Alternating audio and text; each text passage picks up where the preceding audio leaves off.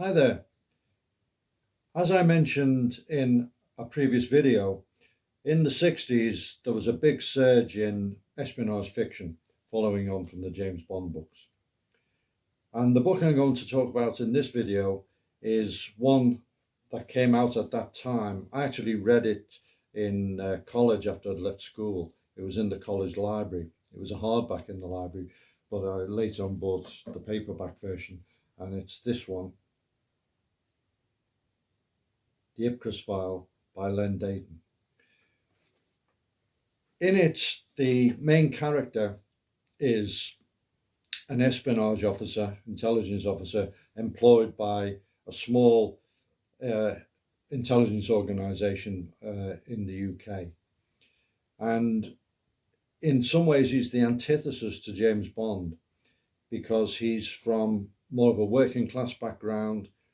He probably was an NCO in the military, maybe made it to being an officer, but certainly is not the polished public school naval commander type that James Bond was.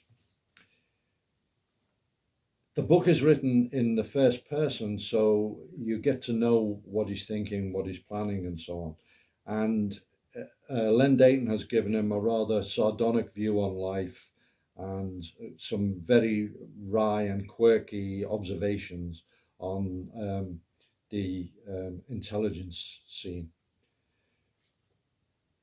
Len Deighton wrote 4 books in this series with the same character, and then he went on to write quite a few more espionage novels, including a couple of trilogies. One, the most famous of which was the Game, Set and Match series, which was made into a TV series. And he also wrote another fiction book called Bomber, which was about an air crew in Bomber Command carrying out a raid on Germany, and it's seen from their point of view and also the point of view of the German night fighters, the civilians on the ground, and the German infrastructure to defend the target.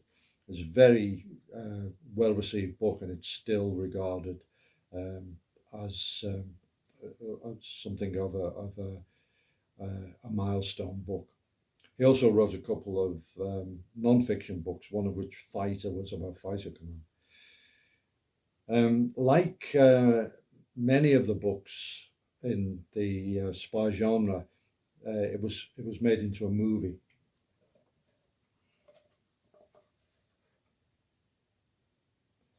The Ipcress File film.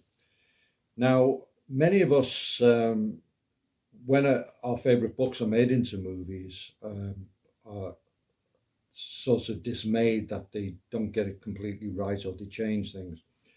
And they did have to change things for Ipcress File. For example, it's very hard to transfer a first-person book into a movie because so much of the thought process and so on of the main character hasn't been verbalized. It's all internal, so that has to be changed. Having said that, I, in my opinion, they made a really good film. It was well directed. There were some really good British character actors, Nigel Green, Gordon Jackson, for example, in the cast. And the star was Michael Caine, who is my favourite British actor.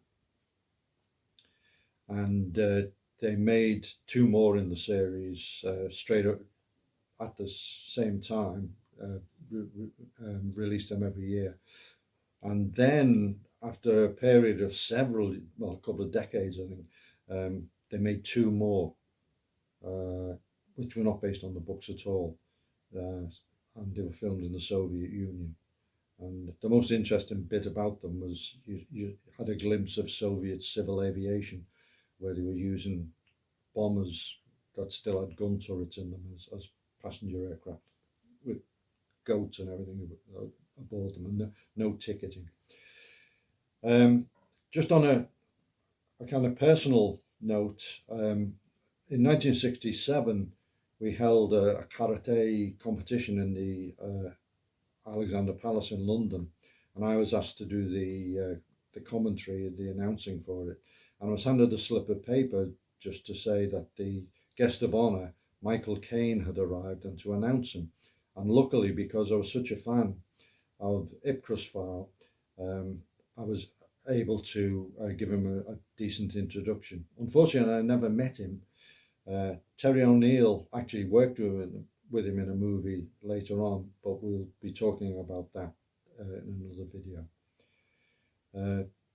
Ipcress File, certainly still a highly readable book, and it's still a very watchable movie, and I would recommend it.